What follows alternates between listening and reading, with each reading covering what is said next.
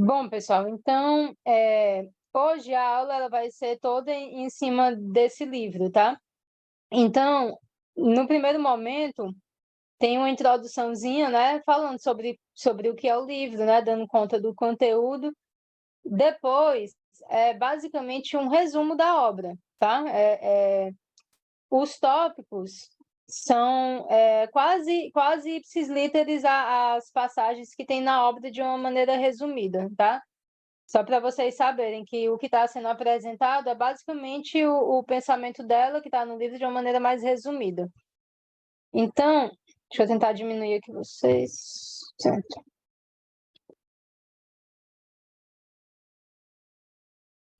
Cadê? É isso. Pronto. Então, o contexto dessa obra, né? Meses antes de sua morte, Simone Weil escreveu uma lista de perguntas para o padre Jean Couturier, religioso com quem Jacques Maritain lhe havia colocado em contato, a fim de dialogar acerca de sua busca existencial e religiosa, cada vez mais próxima ao cristianismo.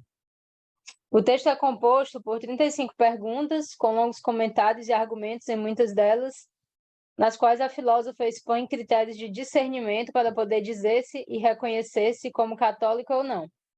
Alguns anos após sua morte, os questionamentos de Simone Weil foram editados e publicados por Albert Camus com o título Carta a um Religioso. Então, como a gente já sabe, a Simone Weil tinha uma busca, né, espiritual muito forte, mas, como a gente viu na biografia dela, ela vem de uma família judia. Durante um tempo, ela permaneceu como agnóstica, né? Mas a religiosidade dela, a espiritualidade dela foi levando ela cada vez mais próximo do cristianismo. Eu não me recordo se eu falei para vocês das experiências que ela teve, né? Experiências transcendentes, experiências místicas, mas todas elas foram no contexto de uma mística cristã, né? Em um determinado momento foi quando ela estava observando uma procissão, né?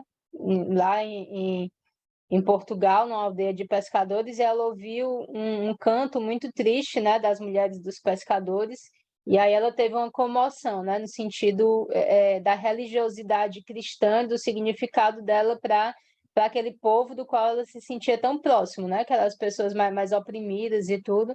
E isso ela escreve no que a gente chama de autobiografia espiritual, né, que está nas cartas dela.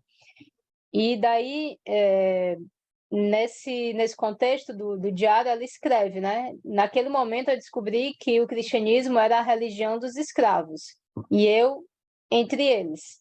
Então, é importante perceber isso, porque quem diz que o cristianismo é a religião dos escravos é o Nietzsche, né? O Nietzsche tem essa visão do cristianismo como religião dos escravos, mas no sentido depreciativo, né? No sentido de que seria uma moral de rebanho, né? Que seria algo que seria contra a própria natureza da força e tudo.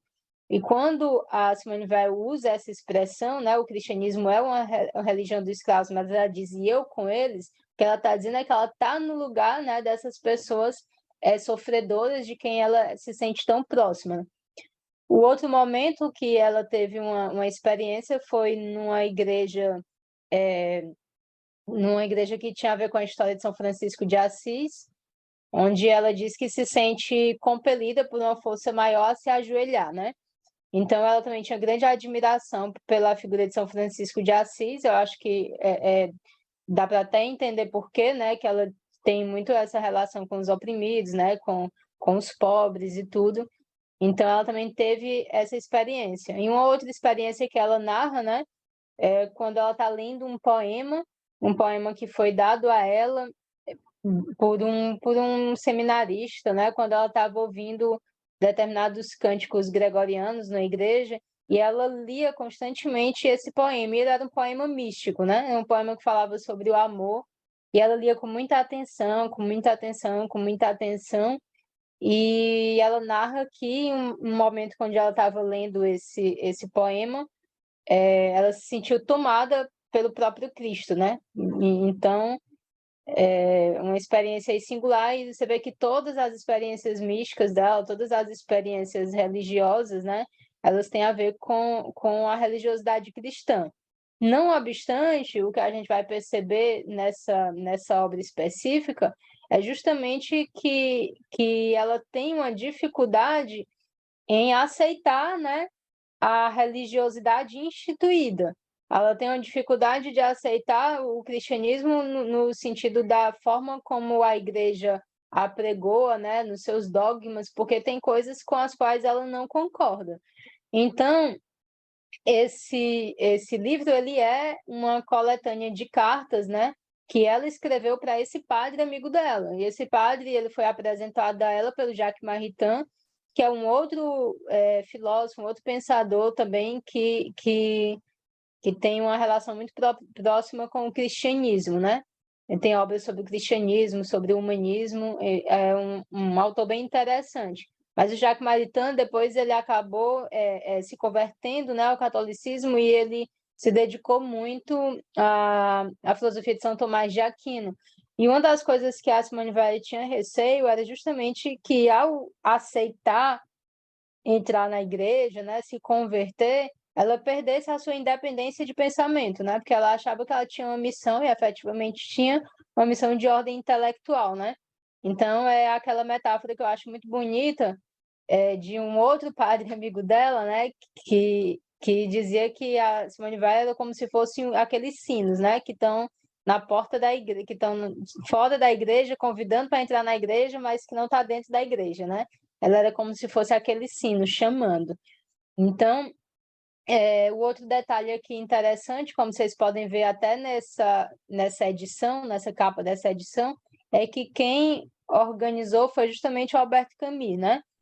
E o Albert Camus foi um dos grandes editores das obras dela, um entusiasta das obras dela, e para quem não conhece, é um escritor que, inclusive, recebeu o Prêmio Nobel, né, de Literatura, e ele teve muita influência, né, do pensamento da Simone Weil, e admirava ela muito, e foi o responsável pela edição de suas obras. Então, eu não estou conseguindo passar. O conteúdo de toda a obra, ou de todas as perguntas, porque esse livro são as perguntas que ela faz a esse padre, né, é guiado por uma intuição básica, que é o reconhecimento de que todas as buscas da humanidade, todo o patrimônio cultural, religioso e humano que estas pesquisas iluminaram, no que possuem de belo, valioso e verdadeiramente humanizador, aponta, está orientado e sinaliza Cristo. Então, assim, tem uma intuição de base, né? Tem uma intuição fundamental que perpassa toda essa obra, que é a ideia de que tudo aquilo que há de melhor na nossa civilização, né, de mais belo, de mais saudável, de certa forma, prefigura não o cristianismo no sentido da religião institucionalizada, mas o próprio Cristo, né? E eu acho essa ideia extremamente interessante e me toca muito porque eu já senti assim essa relação a partir também da leitura de outras obras, que é a relação entre o humanismo grego e o humanismo cristão, né? Eu trabalhava muito, eu dava muita aula sobre a paideia do Werner Jäger, e depois eu descobri um livro do Werner Jäger chamado Paideia Grega e Cristianismo Primitivo. Na verdade, esse livro, porque o Paideia é desse tamanho, né? Mas 1000 páginas, e o Cristianismo Primitivo é desse tamanhozinho, porque na verdade é uma preleção que ele fez. Mas o insight lá do livro do Werner Jäger é justamente mostrar essa ligação, né, entre o humanismo grego e o humanismo cristão. Ele vai dizer que se na Grécia Antiga você tinha, né, aquele ideal de beleza, aquele ideal de justiça, né? Você norteava toda a conduta por um ideal, por uma ideia, por um modelo. A partir do cristianismo, você tem o Cristo como o modelo. Então, você continua com aquela educação no sentido de buscar um ideal, mas você tem o Cristo como o modelo, né? Então, ele mostra toda essa relação interessante de apropriação da cultura helênica, né? E isso é importante para esse contexto que a gente está estudando, por quê? porque a Simone Weil também era uma entusiasta, né, da cultura grega, da cultura pagã, enfim. Então, ela tenta mostrar o que há, né, de prefigurações ali das verdades cristãs em todo esse contexto. Então, no âmago das civilizações pagãs e pré-cristãs se reconheceria um anelo, né, uma espera do cristianismo, uma espécie de profecia do Cristo. Então, ela vai fazer referências explícitas às culturas egípcia, babilônica, druida, germânica, cretense, fenícia, das quais é conhecedora, mas, sem dúvida, expressa apreço especial pela cultura greco-romana. Eu confesso que eu não coloquei nesse resumo que eu fiz da obra as referências que ela faz a essas outras culturas e tudo, porque como eu não tenho nem conhecimento muito dessas outras culturas, ficava um negócio assim meio solto. Mas realmente ela vai mostrando, né, que existem certas verdades, né, e que são universais, né, e que de certa forma podem ser encontradas em várias culturas diferentes. Mas ela dá realmente um destaque especial, como não podia deixar de ser para uma filósofa, né, a tradição grega clássica, que é aquilo que ela mais conhece, né, que ela mais tem acesso a partir da sua formação. Então, enquanto Rodin e Nietzsche anseiam o regresso à sonhada Grécia, onde Prometeu se proclamará paradigma de uma humanidade contra Deus, outros pensadores, como Velho, encontrarão no humanismo grego uma porta aberta para o Cristo. Então, o que é que isso aqui quer dizer? Nietzsche, por exemplo, quando ele olha para a Grécia, ele olha para a Grécia com a nostalgia de um modelo que possa se contrapor ao modelo cristão, né? Então, o Nietzsche, como o pessoal da filosofia sabe, né? Ele faz uma leitura da tradição socrático-judaica cristã como uma coisa só, né? Como se fosse o prenúncio da decadência, né? Da nossa decadência. Então, assim, o que aquela visão que eu falei inicialmente, né? Por exemplo, do Jäger, do humanismo cristão, o que se vê como uma espécie de refinamento espiritual, né, ou de abertura do ser, de encontro da verdade, né, o Nietzsche vai ler como uma decadência. Então, assim, o Nietzsche busca na Grécia uma contraposição ao modelo cristão. E alguns pensadores, né, dentre os quais a Simone Weil, vão achar na Grécia justamente uma porta aberta para o cristianismo, né? Um prenúncio ali do cristianismo, como se houvesse ali uma prefiguração mesmo. Então, essas declarações interessantes que a gente vai encontrar nessa obra, elas são o porto onde a própria Simone Weil chega no final de sua vida. Então, como eu falei no início, essa carta, essas perguntas, esses questionamentos, eles foram feitos quando ela já estava perto de morrer, né? Então, é como se na sua história pessoal fosse reproduzida a busca e a espera de toda a humanidade, né? Então, assim, é uma analogia, né? Claro que é no sentido figurado, mas, assim, da mesma forma que a humanidade passou, né, pelo paganismo, pela filosofia e por várias outras tradições, ela também passou pelo seu agnosticismo, pelo seu paganismo, pelo seu interesse em várias outras tradições e tudo, até que ela encontrou, né, uma figura central que a tomou por completo, como a gente falou, que foi Cristo, né? Então, sempre perceber, né, que até por conta do que a gente chama de mística mesmo, né, que a gente ainda vai explorar um pouco, a relação dela não é com a religião instituída. A relação dela é com o próprio Cristo, né? É a sua própria busca existencial, sua própria busca espiritual.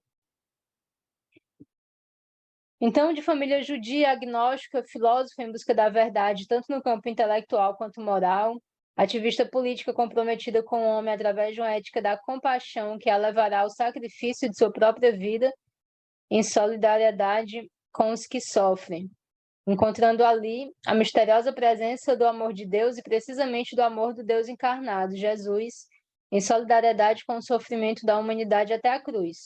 É justamente esse itinerário pessoal e espiritual, né, aparentemente confuso, e alheio ao cristianismo à igreja, que paradoxalmente conduziu em direção a Jesus Cristo. Pois tudo de verdadeiramente humano que ela estudou, conheceu e amou, ainda que de forma inconsciente, falava-lhe dele. Então aqui a gente lembra uma frase da própria Simone Weil, né, quando ela diz que Jesus ama mais que busquemos a verdade do que a ele, porque ele é a verdade. Então, quando nós buscamos genuinamente a verdade, nós não conseguimos dar passos muito largos sem cair nos seus braços. Então, é basicamente isso, né? A busca da verdade leva a Jesus. E interessante que a Edith Stein, ela tem uma frase muito parecida com essa, né?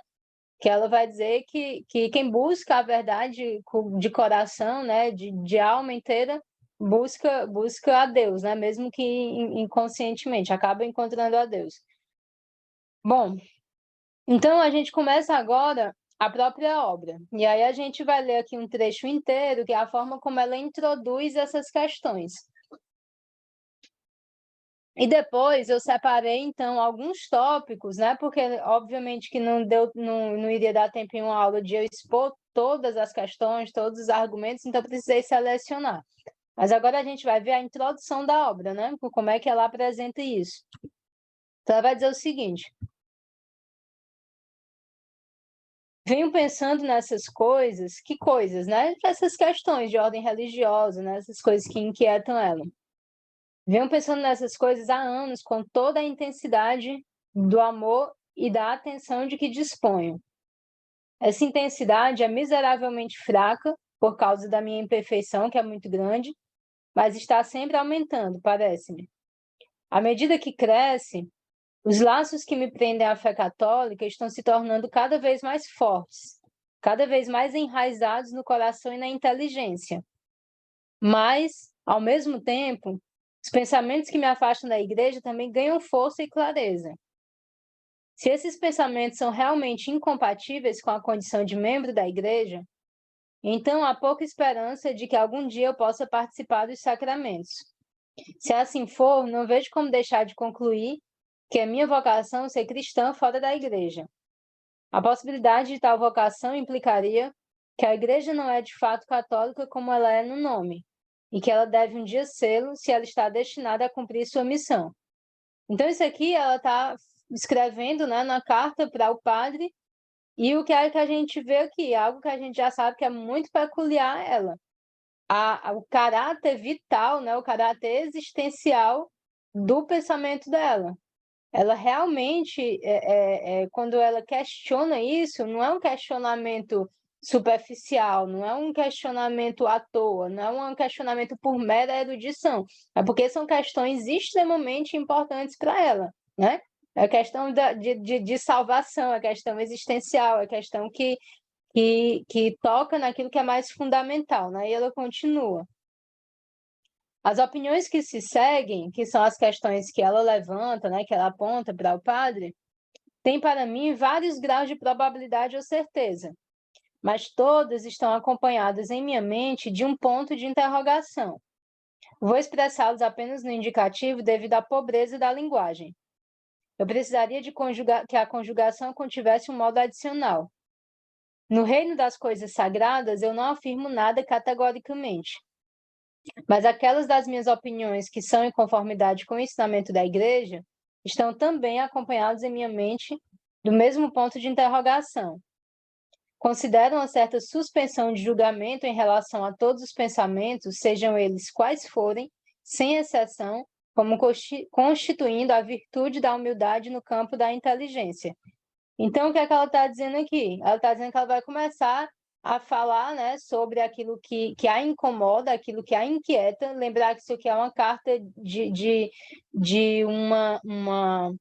uma pessoa extremamente espiritualizada para um amigo, né, para um religioso, mas que é um amigo também. Então, ela está colocando no papel as suas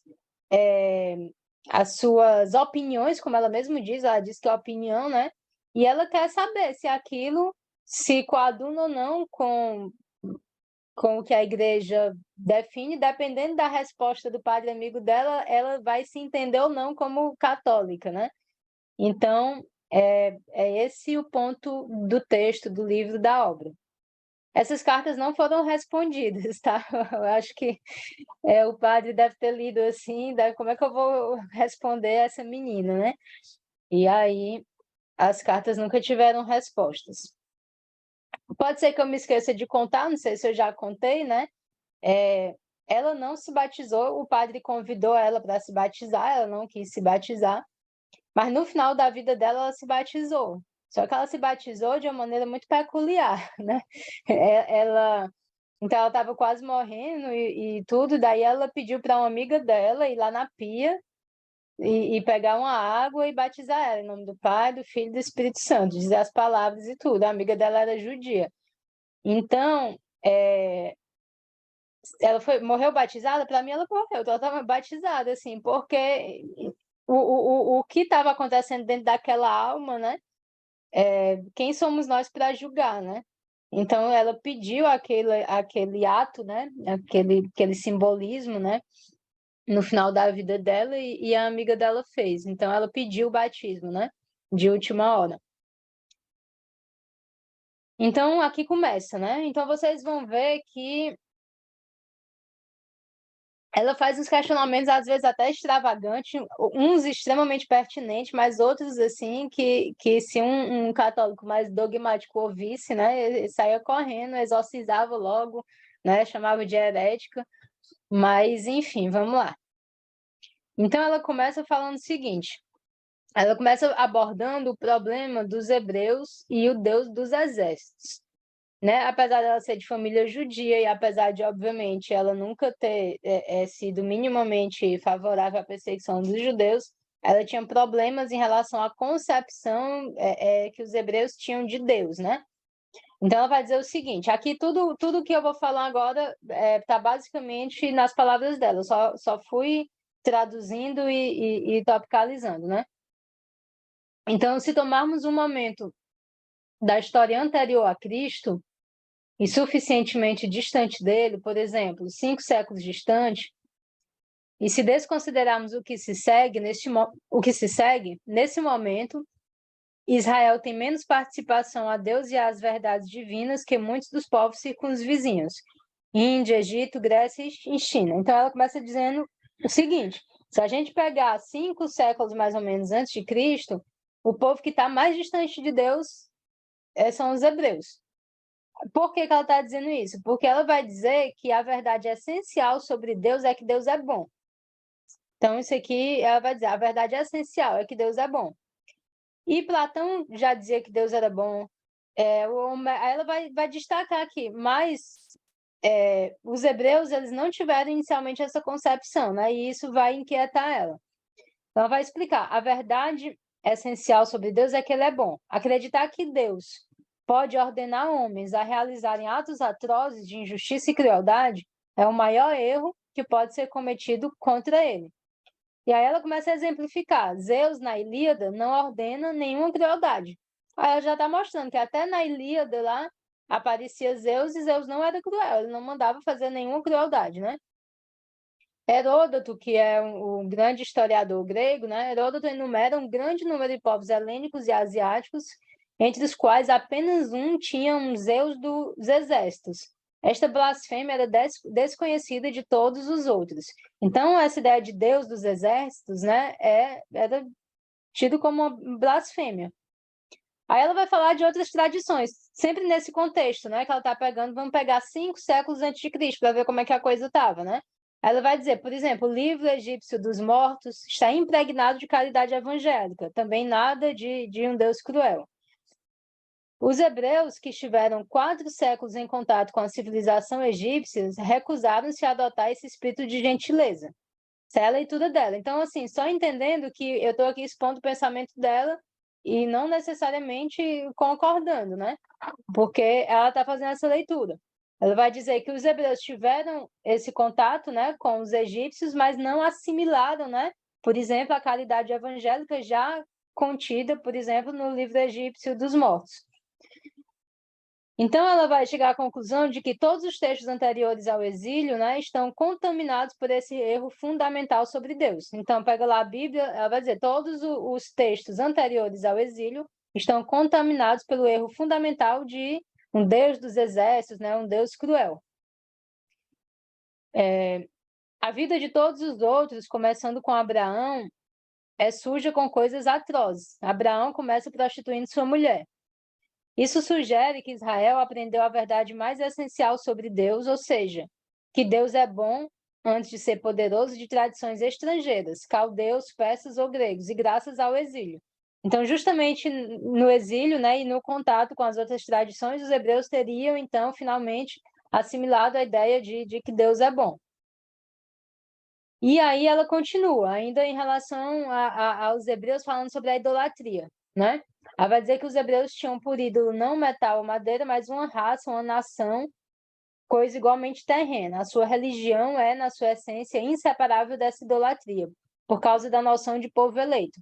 Então, outra coisa que ela vai criticar nessa noção de coisa de povo eleito. Então, sempre que tiver assim em negrito, né? É como se eu estivesse sintetizando, não que isso esteja no livro, é como se eu estivesse tentando sintetizar a argumentação dela. Então, a argumentação anterior era sobre Deus dos exércitos, né? Agora ela vai entrar numa outra argumentação. Lembra que são 35 questões, 35 problemas que ela levanta, e aqui eu só peguei alguns, né? Então, outro problema que ela vai levantar é o conteúdo do cristianismo antes de Cristo, né? Ela vai dizer o seguinte: as cerimônias dos mistérios de Eleusis e Osíris eram consideradas sacramentos no sentido que entendemos hoje, e talvez fossem verdadeiros sacramentos, tendo a mesma virtude do batismo ou a Eucaristia, tirando essa virtude da mesma relação com a paixão de Cristo. A paixão estava por vir, hoje ela passou. O passado e o futuro são simétricos.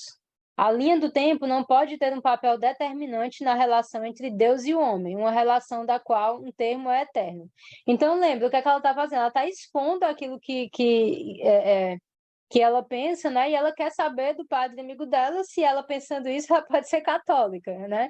Então, é basicamente isso. Aí ela está dizendo o quê? Ela está dizendo, ó, que lá nas cerimônias de Osíris e tal, tinha os sacramentos que é muito parecido com os sacramentos, né? Só que é antes da paixão. Mas o que é essa linearidade, né? O que é esse tempo numa relação com o eterno? Então, mais ou menos essa a questão que ela levanta. Outra ponderação dela é no sentido das escrituras sagradas de outros povos, né? Houve, talvez, em vários povos, Índia, Egito, China, Grécia, sagradas escrituras reveladas da mesma forma que as escrituras judaico-cristãs. Alguns dos textos que sobrevivem hoje são, talvez, fragmentos ou ecos. Então, o que é que ela está dizendo? Está dizendo, ó, outros povos têm outras sagradas escrituras, né, que têm também as verdades reveladas. E aí? E aí esse ponto aqui é bem problemático, né? Bem estranho. Ela vai dizer, ela vai pensar na possibilidade de outras encarnações de Cristo. Ela vai dizer, não é certo que o Verbo não teve encarnações anteriores a Jesus, e que Osíris no Egito, Krishna na Índia não eram deste número. Então ela vai aventar a possibilidade, né, de o Verbo ter sido não apenas Jesus Cristo, né, mas ter sido, por exemplo, Osíris no Egito, ter sido Krishna na Índia e tal. Então é uma ponderação dela. Então, um outro aspecto é justamente a ideia de uma civilização pré-cristã que é cristã em essência, que faz parte daquela intuição fundamental que eu falei no início, né?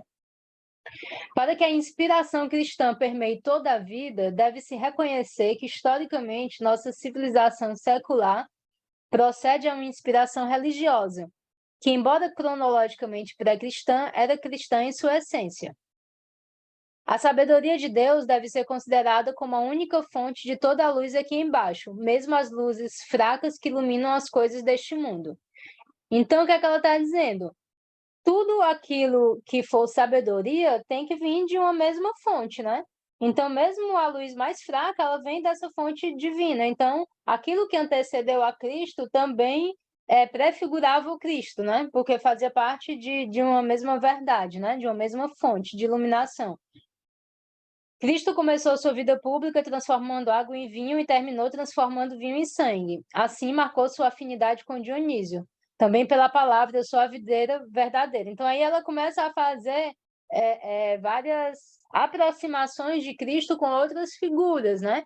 E claro que para um católico, para um religioso mais ortodoxo, né? Isso aqui seria impensável.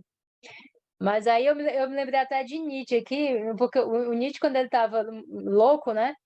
Se bem que o meu pai que gosta de brincar, dizendo que o Nietzsche, mesmo antes de ficar louco, ele já era louco, né?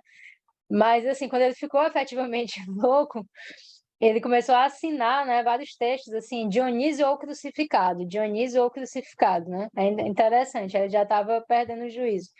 Mas aqui ela faz uma aproximação, né? Dionísio é deus do vinho, né? E Jesus começou a sua vida pública transformando água em vinho. Ela vê aí uma aproximação, né? Outra coisa que ela vai dizer, Platão também sabia claramente e insinuava em suas obras os dogmas da Trindade, da mediação, da encarnação, da paixão e as noções de graça e salvação pelo amor. Ele conhecia a verdade essencial, ou seja, que Deus é bom.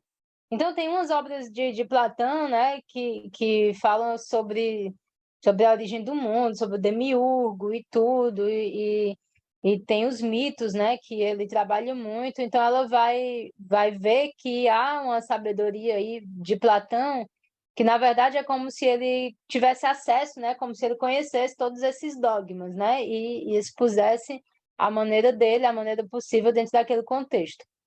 E aí ela continua, né, as aproximações, dizendo: eu vim para atear fogo na terra, e o que devo desejar se o fogo já pegou? Cristo indica sua afinidade com Prometeu. Então ela está dizendo, está mostrando, sugerindo a afinidade de Cristo com Dionísio, com Prometeu, né?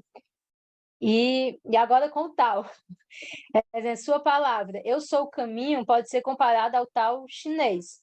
Palavra que literalmente significa o caminho, e metaforicamente, por um lado, o método de salvação. Por outro lado, Deus impessoal da espiritualidade chinesa. Então, o que é que a gente está percebendo aqui? Ela está dizendo, ó, o verbo, ele não é certo que ele encarnou apenas uma vez, né? Então, quando ele diz eu sou o caminho, aí ela fala no tal. Quando ele fala no fogo, ela fala de Prometeu. Aí transforma água em vinho, ela fala de Diógenes, né? Então, é como se ela estivesse sugerindo, né, que há essa prefiguração do Cristo em várias outras espiritualidades, né?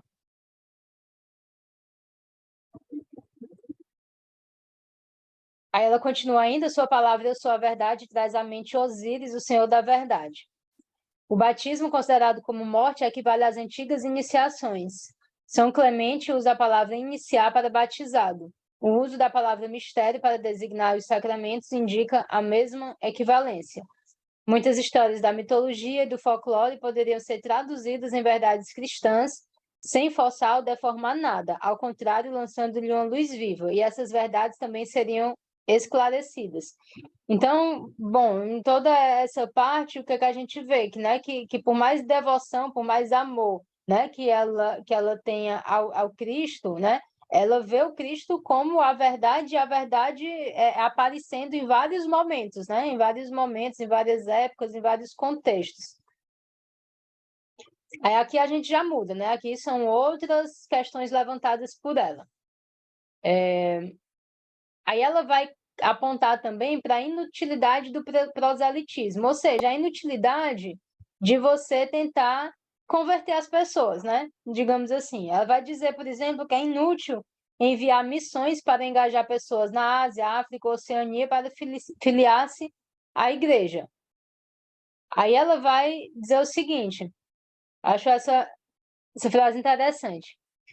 Cada vez que um homem invocou com o coração puro Osíris, Dionísio, Krishna, Buda, o tal, etc., o Filho de Deus respondeu, enviando-lhe o Espírito Santo. E o Espírito agiu em sua alma, não exortando a abandonar sua tradição religiosa, mas dando-lhe luz. E, no melhor dos casos, a plenitude de luz dentro desta tradição. Eu acho essa frase fantástica, porque, inclusive, isso era uma pergunta que eu sempre me fazia, né? Tudo bem, eu acredito que Jesus é o caminho, a verdade e a vida, acredito totalmente que ele é o Salvador, o Messias, mas quem está fora do cristianismo, né? qual é o acesso deles à verdade, né, à salvação. Então, o que ela diz aí é muito interessante, né, do meu ponto de vista. Mas detalhe para o coração puro, né, eu acho isso importante. Cada vez que um homem invocou com o coração puro, Osíris, Dionísio, Krishna, Buda, tal, o Filho de Deus respondeu, enviando-lhe o Espírito Santo. Então, eu acho fantástico. Deixa eu voltar, não tinha acabado, não. Lá, não perdi. Oh, meu Deus. Tá aqui. Então, ela vai dizer o seguinte: quando Cristo disse, ensinai todas as nações e trazei-lhes notícia, ele estava mandando trazer notícias, não uma teologia. Provavelmente ele queria que cada apóstolo também acrescentasse as boas novas da vida e morte de Cristo à religião do país que se encontrava. Então, que ela está se contrapondo, né, a essa questão de você impor, né, o cristianismo, de você impor a religião cristã dentro de uma cultura totalmente diferente. Isso é interessante. Por exemplo, a gente sabe que Gandhi, ele, quando ele morreu, né, quando ele foi assassinado, ele trazia um texto, né, um texto no seu paletó, não sei, que era justamente o Sermão da Montanha, né?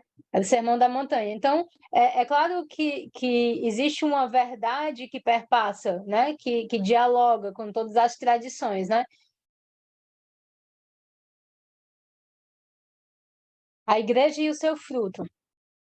Está escrito que a árvore é julgada por seus frutos. A igreja deu muitos frutos ruins para não ter havido um erro na largada. Então, você vê que ela não alisa, né? Ela vai fazer críticas aqui à igreja, e olha que era uma carta que ela estava mandando para um padre, né? Então, ela vai fazer uma crítica às missões, né? O zelo dos missionários não cristianizou a África, a Ásia e a Oceania, mas colocou esses territórios sob a dominação fria, cruel e destrutiva da raça branca, que esmagou tudo. Então, ela tem uma crítica ao colonialismo e tal. E ela vai dizer o seguinte: Cristo disse: ensinai as nações e batizai os que acreditam, isto é, aqueles que acreditam nele. Ele nunca disse: faça-os negar tudo que seus pais consideravam sagrado e adotem como livro sagrado a história de um pequeno povo que lhes é desconhecido. Então, ela vai usar a própria palavra de Cristo, né, para mostrar como é inútil você tentar converter uma pessoa que está dentro de uma tradição completamente diferente, né? Ou batizar uma pessoa que está numa tradição completamente diferente. É para batizar os que acreditam, né? Foi o que Jesus disse. Aí, como é uma carta, né, meio informal, aí ela disse o seguinte: foi-me dito que os hindus não seriam impedidos por sua própria tradição de receberem o batismo se os missionários não impusessem a eles como condição negar Vishnu e Shiva. Aí ela dá outra daquelas aquelas expressões dela, aquelas frases que deixam um dogmático maluco, né? Ela vai dizer: se um hindu acredita que Vishnu é a palavra, Shiva, o Espírito Santo, e que o Verbo encarnou em Krishna, antes de sê-lo em Jesus, com que direito lhe seria negado o batismo? Né? Eu acho que ela não ia convencer nenhum padre com esse argumento, não, mas é isso que ela pensa, né? Então, se o hindu lá acredita que Vishnu é a palavra, Shiva é o Espírito Santo, e que o Verbo encarnou em Cristo antes de encarnar em Jesus, ele poderia ser batizado. Então, é uma idiosincrasia dela aí, né? Então, é a crítica que ela faz à ação missionária. E ela diz o seguinte: pessoalmente, eu nunca daria nem 20 centavos para um trabalho missionário. Eu acredito que para um homem a mudança de religião é uma coisa tão perigosa quanto para um escritor a mudança de linguagem. Isso pode ter sucesso, mas também pode ter consequências desastrosas. E agora ela passa a falar da verdade fora do catolicismo. A religião católica contém explicitamente verdades que outras religiões contêm implicitamente. mas vice-versa, outras religiões contêm explicitamente verdades que estão apenas implícitas no cristianismo. As várias tradições religiosas autênticas são diferentes reflexos da mesma verdade e talvez igualmente valiosos. Então, de tudo o que a gente já viu até agora, o que é que a gente pode resumir, né? Que ela não acha que a verdade completa, absoluta, está dentro do cristianismo, né? Ela valoriza muito as outras religiões, as outras tradições espirituais, né? Lembrar que, por mais que todas as experiências místicas dela tenham se dado num contexto de mística cristã, ela, nos últimos dias lá do hospital, ela estava lendo o Bhagavad Gita em sânscrito, né? Então, ela foi aprender o sânscrito para ler o Bhagavad Gita. Então, ela tinha realmente um grande interesse, ela achava que tinha uma verdade ali, né? E aí, fala no Deus pessoal e impessoal, que a gente já falou um pouquinho na última aula, né? Na primeira aula, aliás. Então, como dizem os hindus, Deus é pessoal e impessoal. Ele é impessoal no sentido de que seu modo infinitamente misterioso de ser uma pessoa difere infinitamente do modo humano. Só podemos aprender esse mistério empregando ao mesmo tempo como duas pinças essas duas noções contrárias, incompatíveis aqui embaixo, compatíveis apenas em Deus. Então, isso aí se repete em algumas obras dela, né? O caráter pessoal e impessoal de Deus. Deus é pessoal e é impessoal, porque a forma como ele é pessoa não é a forma como nós somos pessoas, é uma forma muito mais grandiosa, né? Santos de altíssima espiritualidade, como São João da Cruz, aprenderam simultaneamente com igual força o aspecto pessoal e o impessoal de Deus. Então, a questão da mística, né? São João da Cruz é um dos grandes místicos cristãos. E justamente ele é o exemplo que ela dá como alguém que conseguiu aprender, né, o aspecto pessoal e impessoal de Deus. Almas menos avançadas, segundo ela, carregam sua atenção e sua fé especialmente ou exclusivamente em um desses aspectos. E aqui ela fala sobre a questão da salvação, né?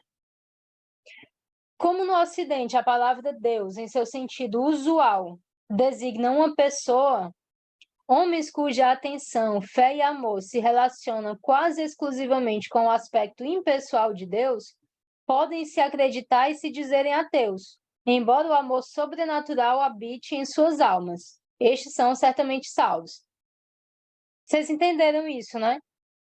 Tem determinadas pessoas que são muito espiritualizadas, mas a espiritualidade dela está mais relacionada à ideia de um Deus impessoal.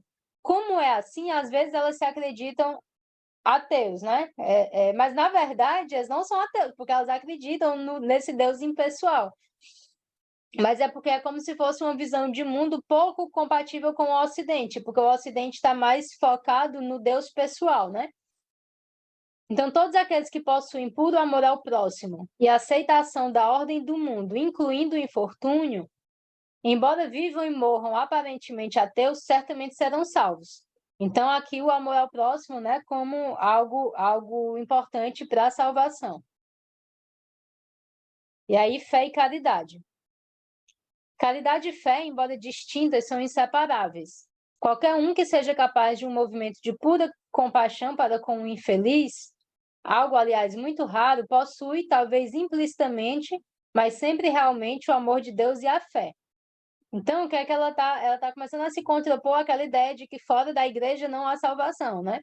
Ela está dizendo que se a pessoa tiver a capacidade de um movimento genuíno de pura compaixão, ela tem fé, né? De alguma forma. Então, Cristo não salva todos aqueles que dizem a ela, Senhor, Senhor. Vê, ela está usando o evangelho, né, para corroborar aquilo que ela está dizendo, que isso é uma passagem evangélica, né? Então, nem todos aqueles que dizem Senhor, Senhor serão salvos, né? Mas ele salva todos aqueles que, de coração puro, dão um pedaço de pão ao faminto, sem pensar nem um pouco nele. Os que estão ali, quando ele os agradece, respondem: Quando então, Senhor, te alimentamos? Então, vocês lembram dessa passagem, né? E aí Jesus disse: todo aquele que deu a um desses pequeninos, né, de bebê, foi a mim que deu, foi a mim que vestiu e tudo. Então, ela lembra dessa passagem, né? Para dizer que Cristo não vai salvar só aquele que diz Senhor, Senhor, mas aquele que faz a caridade, né? Aquele que ajuda o próximo. Assim, a afirmação de São Tomás de que aquele que nega a adesão a um único artigo de fé não tem fé em nenhum grau é falsa, a menos que se possa estabelecer que os hereges nunca tiveram fé ou caridade do próximo, que seria difícil. Então, o que é que a gente percebe também? É justamente que a espiritualidade dela, o cristianismo dela, é muito mais místico do que teológico, né? Porque você tem duas correntes, né, da religião cristã. Você tem a corrente teológica, né, que é uma corrente mais racional, uma corrente mais dogmática, né? Uma linha, né, de pensamento dos eruditos, né, digamos assim, e você tem a linha dos místicos, né, São João da Cruz, Santa Teresa d'Ávila, que é aquela da experiência interna, né? Então, ela se contrapõe a alguns dogmas, né, algumas questões aí da dogmática cristã.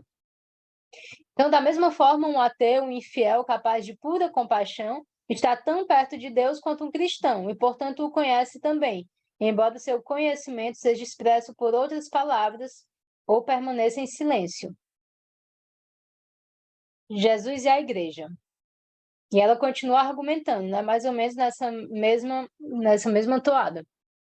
São João disse: todo aquele que crê que Jesus é o Cristo é nascido de Deus. Então, quem acredita nisso, mesmo que não adira a nenhum outro dogma da igreja, tem a verdadeira fé. Então, ela está restringindo aí, ó. Crê que Jesus é Cristo? Beleza, tem fé. Aí ela vai questionar aquela exigência, né, de vários dogmas, né, de você fechar com tudo que a igreja diz e tal. Então, a igreja, acrescentando à Trindade, à encarnação e à redenção outros artigos de fé, foi contra o Novo Testamento. Para seguir São João, ela só teria podido excomungar os que negam a encarnação. Então, a igreja começou a estabelecer um monte de dogma, né? Um monte de dogma, e quem não fechasse com todos esses dogmas era excomungado. E ela vai dizer, ó, se fosse para a gente seguir o Novo Testamento, né, no que São João diz, todo aquele que crê que Jesus é Cristo é nascido de Deus. Então, só poderia ser excomungado quem negasse a encarnação. Quem negasse os outros dogmas estava de boa. Então, o problema dela maior vai ser o catecismo do Concílio de Trento, né? Então, ela vai dizer, a definição de fé pelo catecismo do Concílio de Trento, crença firme em tudo que a igreja ensina, está muito longe de São João, para quem a fé era pura e simplesmente a crença na encarnação do Filho de Deus na pessoa de Jesus. E aí, outra frase dela, todas as frases são dela, mas aí eu dou destaque a algumas que eu acho mais forte, né? Ela diz o seguinte: tudo se passa como se, ao longo do tempo, tivéssemos olhado não mais Jesus, mas a igreja como Deus encarnado aqui embaixo. A metáfora do corpo místico serve de ponte entre as duas concepções, mas há uma pequena diferença, é que Cristo era perfeito, enquanto a igreja está manchada de muitos crimes. E aqui a questão da mística, né, que aparece. Se o espírito aderir completamente não só a tudo que a igreja reconheceu como sendo de fé estrita, mas ainda tudo que ela jamais reconhecerá como tal, a inteligência deve ser amordaçada e reduzida à tarefa servil. Então, ela está só continuando aquela argumentação no sentido de dizer que se a inteligência for se submeter a tudo isso que a igreja diz, né, que tem que ser, que tem que ser, que tem que ser, a inteligência acaba sendo servil, né? A metáfora do véu, ou reflexo, aplicada pelos místicos à fé, permite-lhes sair desse sufoco. Eles aceitam o ensinamento da igreja não como a verdade, mas como sendo algo por trás do qual se encontra a verdade, né? Então, os místicos, eles dizem aceitar, né, aquilo que a igreja diz, mas eles estão em contato com outra verdade. Isso está muito longe da fé definida pelo Catecismo do Concílio de Trento. Tudo se passa como se, sob a mesma denominação de cristianismo e dentro da mesma organização social, existissem duas religiões distintas, a dos místicos e a outra. Eu creio que a primeira é a verdadeira. E aí, por que eu botei aqui a capinha do livro do Bergson? Porque eu não sei se a Simone Weil leu Bergson, não. Mas o negócio que ela está dizendo é incrivelmente parecido com o que o Bergson diz. nesse livro que é As Duas Fontes da Moral e da Religião. Desculpa, claro que não leu, porque esse livro foi publicado depois da morte dela. Então, que agora. Mas, enfim, justamente fica mais interessante ainda essa aproximação, né? Porque o que o Bergson vai dizer em As Duas Fontes da Moral e da Religião é que existem duas religiões, né? Bom, não vou reproduzir aqui toda a tese do Bergson, que é bem complexa, mas nesse sentido da religião, ele vai dizer que existe uma religião dinâmica e uma religião estática. A religião dinâmica é a religião dos místicos. É aquela religião que se trata de uma relação, né, do indivíduo no seu aspecto mais íntimo com aquilo que é mais sagrado, como eu já expliquei. Então, é uma relação que se dá a partir do indivíduo, da interioridade, do eu profundo, não é algo que passa pela instituição, né? Então, tudo isso que se configura no sentido de uma religião instituída, é como se fosse a tradução dessa religião verdadeira, né? Que é a mística. Bom, então, continuando. Ela fala também do maniqueísmo, ela vai dizer que não há, tanto quanto possa ver, nenhuma diferença real, se não nas modalidades de expressão entre a concepção maniqueísta e a concepção cristã da relação entre o bem e o mal. E aí depois a Camila fala sobre isso, que ela estudou Agostinho, né? E aí o Agostinho era maniqueu, né? E aí ele depois escreveu o tratado, né, contra os maniqueus e tal. Então, para você ver que ela dá cabimento até aquilo que é considerado heresia, né? Ela fala das heresias com respeito. Ela vai dizer, ó, o maniqueísmo é interessante e tudo. A tradição maniqueísta é uma daquelas em que se pode ter certeza de encontrar a verdade se a estudarmos com bastante piedade e atenção. Eu acho que quando chegou no quinto ponto, ela já estava excomungada, o padre já tinha desistido de trazer ela para a igreja, né? Dupla impureza. Aí ela vai dizer que Israel e Roma colocaram sua marca no cristianismo. Israel incluindo o Antigo Testamento como texto sagrado e Roma tornando o cristianismo a religião oficial do Império Romano. Essa dupla impureza quase original explica todas as impurezas que tornaram a história da igreja tão atroz ao longo dos séculos.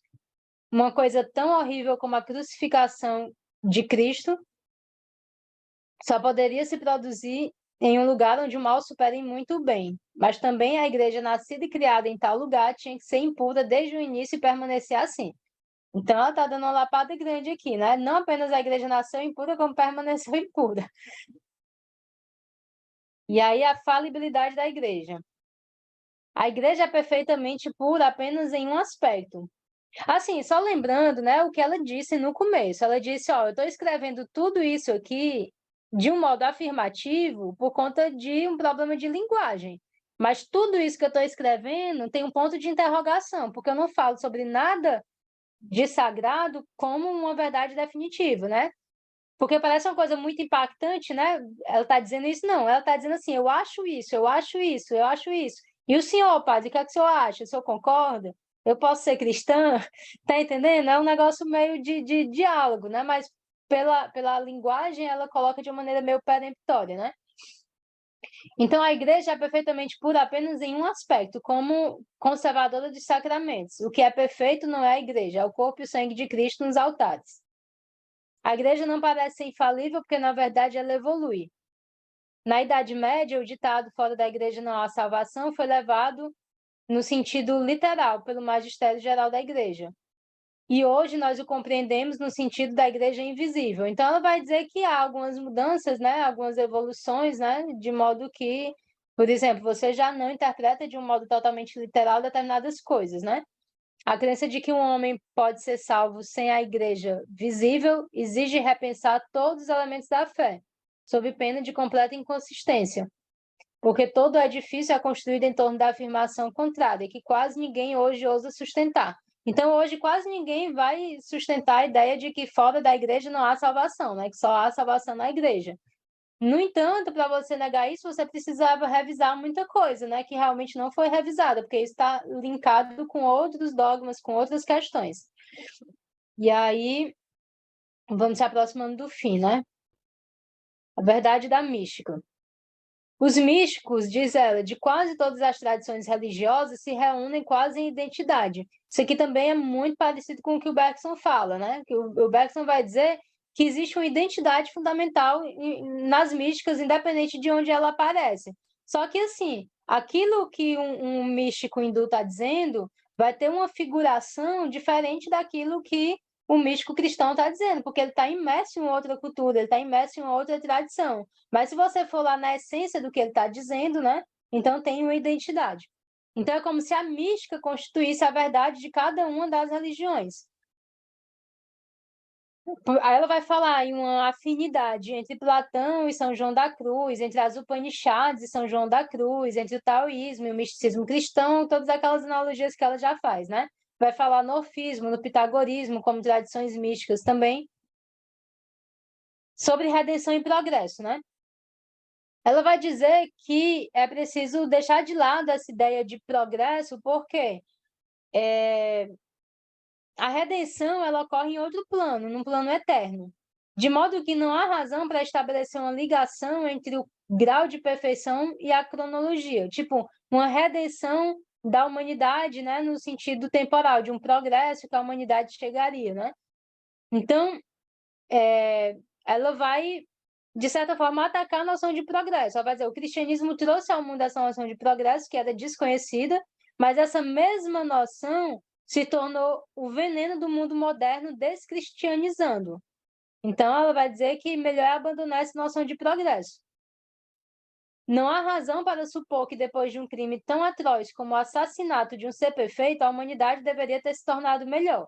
E, de fato, no geral, ela não parece ter melhorado. É meio pessimista, né? Isso. Mas, assim, tipo, a gente também não precisa concordar com tudo que ela está dizendo, né? Ela tem esse tom pessimista. Ó, depois que a humanidade matou o ser mais perfeito que pisou na Terra, você acha que a gente está melhorando? Não se sustenta, né? Essa hipótese. E ela vai dizer, não parece que melhorou, mas também lembrar que ela estava vivendo na época do nazismo, né? Na época do totalitarismo. Não dá para achar que tá no melhor dos mundos. Eita, já vai dar 1 hora. Vamos acabar. Então, sobre a verdade dos dogmas, ela vai dizer que os dogmas da fé não são coisas a serem afirmadas.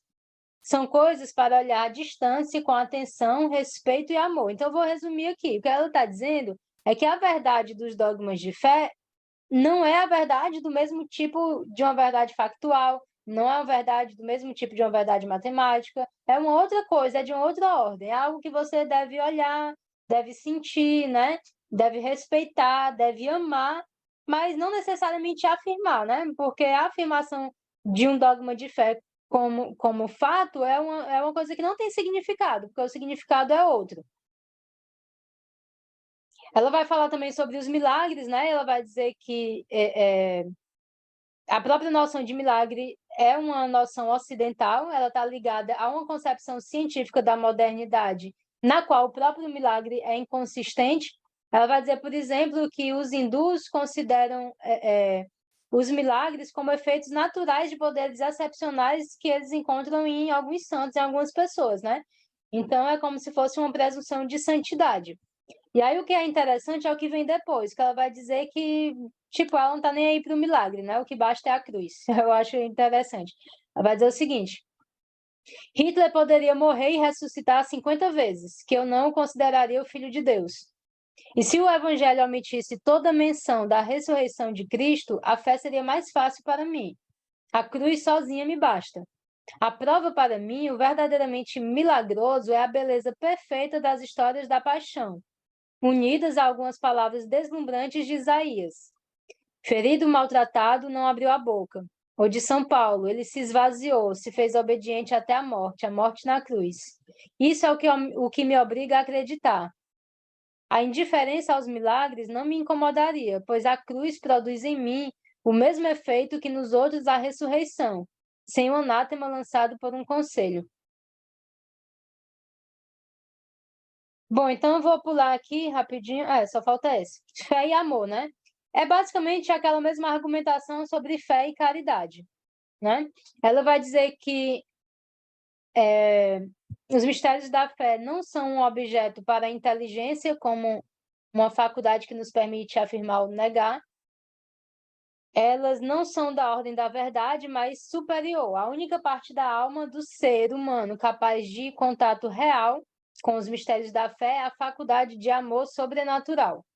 Então, a verdade da fé não é algo da intelecção, é algo do amor sobrenatural. É outra parte da alma, digamos assim, que tem acesso a essa verdade.